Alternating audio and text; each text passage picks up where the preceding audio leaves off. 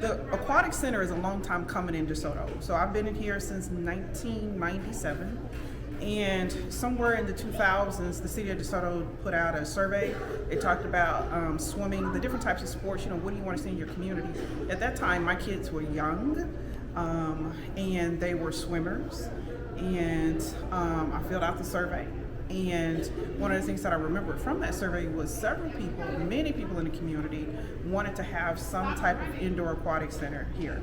At the time, we only had Duncanville. This was even before Lancaster built what they had. And then, along the way, Lancaster built their interior aquatic center. But there was just something that, we here, the residents, wanted for our own community. And so, having been on the park board, a part of the Parks Master Plan, I've been tracking it as a resident, tracking it as a board member when I was on the park board, and then bringing the topic back to everybody, for everyone to remember the fact that we have a Parks Master Plan, which includes an aquatic center. And so at the time, Mayor McCowan was the mayor, and she was like, "You're right, I remember that. Thank you for bringing that back forward." Our new city manager came in, Brandon Wright, took a look at, hey, what would it look like for this to actually happen? And at that time, he said, hey, you can do this without raising taxes. So it was like, okay, wow.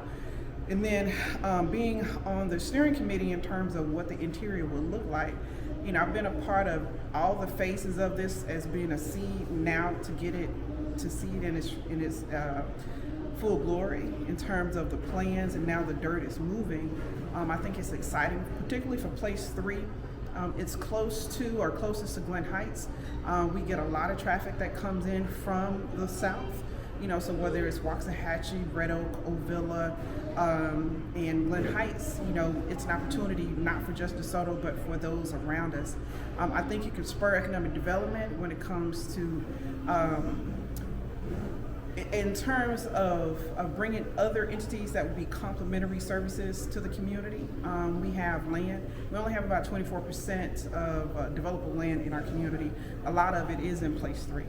And so I see that this could possibly be a catalytic project for that area.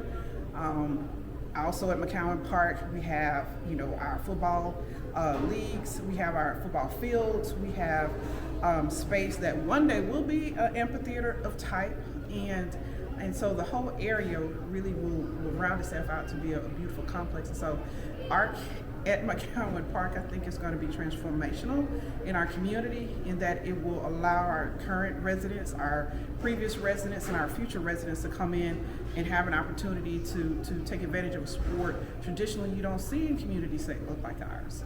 I've heard some, talk, oh, will people go out and swim and things like that? The answer is yes. When I first moved to DeSoto, we had the swim teams, and swim teams will go around.